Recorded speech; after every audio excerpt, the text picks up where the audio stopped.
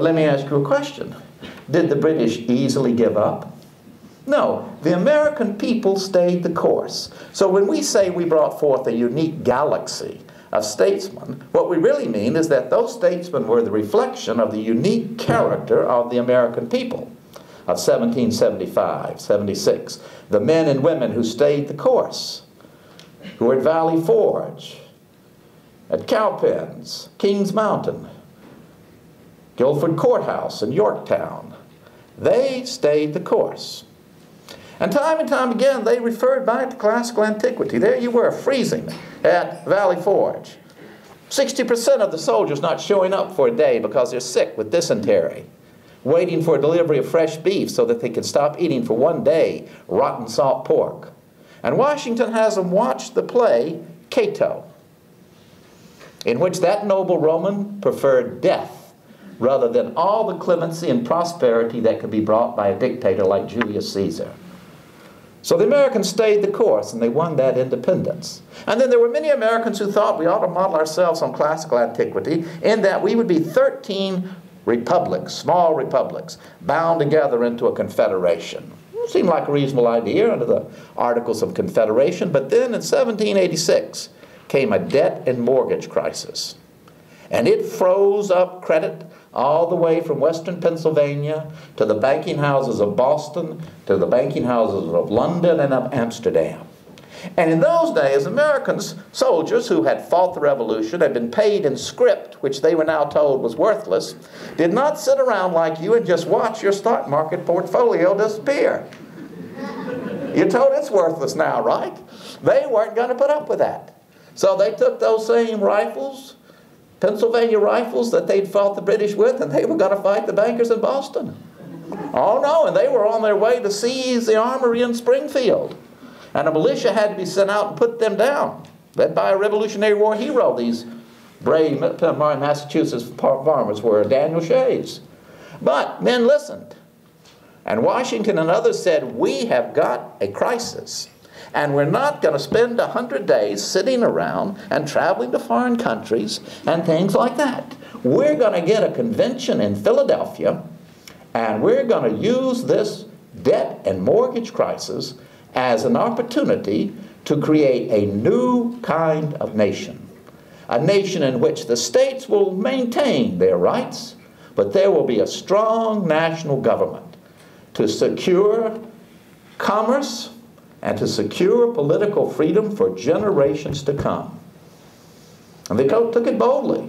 When they came to Philadelphia, their charge was quite simple. They were to revise the Articles of Confederation. How many staff members did James Madison bring to the Pennsylvania Convention? You tell me. How many? None. They didn't have staff members. No, I mean, they didn't. What was their first action? Well, they chose George Washington because of his moral authority. He didn't want to come. He was sick of politics. But it was his duty. He wasn't going to enrich himself. He was going to impoverish himself, which is what he did. But it was his duty. So no staff members. And then they took an oath that they would keep the proceedings of this convention secret. They believed in newspapers, but they knew you couldn't have the newspapers running around and leaks going out, so they nailed the windows shut, and they stationed soldiers around the State House of Pennsylvania. And on one occasion, Washington came in and he said, yesterday I found, as I was leaving, a set of notes. Now, the people cleaning up afterwards could have found these. Will the gentleman who left these notes please come up? Nobody did, but nobody left any more notes. And now these were men of honor. That's another old-fashioned word. Gerald Ford was a man of honor. And these were men of honor. And they held that secret. Madison had to be persuaded on his deathbed to let Congress publish these notes. So they debated the issue. They were statesmen. They had a bedrock of principles, freedom. They had a moral compass. They believed in absolute right and wrong. They had a vision that there could be a strong national government And they were able ultimately to build a consensus to achieve that vision. But they had to set priorities. And that, again, is a lesson that President Obama must learn. From ancient statesmen like Julius Caesar, right down to the founders of our country, you have got to set a priority. And their priority was a constitution. And they knew you have to compromise. Big states like Virginia wanted both houses to be determined on proportion, population, taxes. Little states like Delaware said, no. You know, in the Articles of Confederation, we've got the same vote as Virginia. Why should we give that up? So Roger Sherman said, well, why don't the big states have proportion in the House of Representatives? That'll make them happy. And then in the Senate, everybody will have 2 votes. Compromise. Did it work? Does it still work today? Yes or no?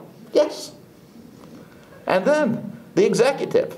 Well, they had visions of the classical world and Julius Caesar as commander-in-chief, becoming a dictator. Now, they didn't want a strong executive like that. But then, privately, it began to be suggested, what if General Washington would agree to be the first president? Oh, that's different. He will never abuse his power. Don't you wish you had that kind of moral authority? So that was settled. And slavery. That almost tore the convention apart. But it came down simply to this. Do we want a constitution? That is our first priority. And the South will never go along unless slavery is written into it.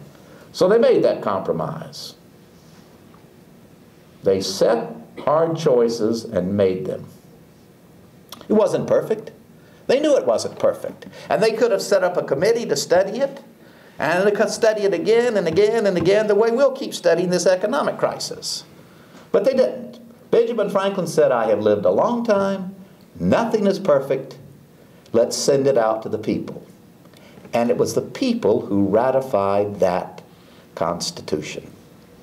And the ratification itself, it drew forth a body of political discussion equal to anything in Plato or Aristotle. Not a talking heads, you know, going on for hour and hour arguing with each other, but long, elaborate articles. The Federalist. So that is how we came by our political freedom. In that unique way. Does the Constitution still work? Yes or no? You tell me out there. Does it? Yes. Every day it works. Tell me another nation in the world today that has a constitution drafted in an age when communications were the same as they were in the time of Julius Caesar. Technology, the same as it was in the time of Julius Caesar. Medical science, worse. George Washington got worse medical care than a Roman gladiator would have in the 1st century. So that's how we came by our political freedom. It's unique. But then the people looked at this Constitution and they said, wait a minute. What about our individual freedoms?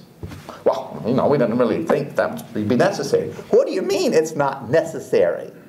Individual freedom has to be protected from this strong central national government.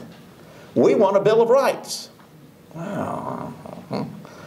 So in ratification convention after ratification convention, it was ratified with the understanding that the first Congress to sit under this new Constitution would put together a Bill of Rights and send it out to the people. Now that too had its origins in classical antiquity. The idea that the individual citizen of a democracy like Athens or a republic like Rome, even of the Empire of Rome, has fundamental rights. What happens to St. Paul when he gets into big trouble? He can appeal to Caesar, isn't that right? To Caesar you have appealed, and to Caesar you will go. So a body of protections for individual liberty.